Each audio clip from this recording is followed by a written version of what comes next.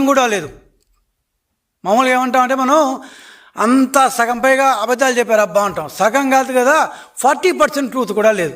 రాష్ట్ర ప్రభుత్వం ఈ 18 నెలల్లో అంటే 2024 జూన్లో మేము వచ్చినప్పటి నుంచి ఈరోజు దాకా ఆర్బీఐ ద్వారా చేసిన అప్పులు కేవలం 1,19,000 కోట్లు మాత్రమే.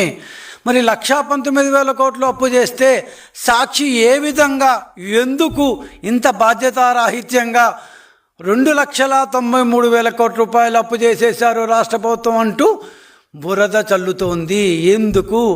ఎందుకంటే అది సాక్షి కాబట్టి, ఎందుకంటే వైసీపీ కాబట్టి. వైసీపీ వాళ్ళకి కేవలం బురద చల్లడం మాత్రమే తెలుసు కాబట్టి, అబద్ధాలు ప్రచారం చేయడం మాత్రమే తెలుసు కాబట్టి. సరే, 2,93,000 కోట్ల రూపాయలు వైసీపీ వాళ్ళు లేదా సాక్షి వాళ్ళు చెప్పినప్పుడు కాదు అని నేను చెప్పినప్పుడు దానికి వివరణ ఇవ్వాల్సిన బాధ్యత కూడా ఉంటుంది. ఇది బాధ్యత కాదు, మా మీద వాళ్ళు బురద వేస్తుంటే కడుక్కొని సరిపోతుంది. సో కొత్త సంవత్సరం ముందు ఇంత ఘోరంగా రాష్ట్ర ప్రభుత్వం ఉందా అనే విధంగా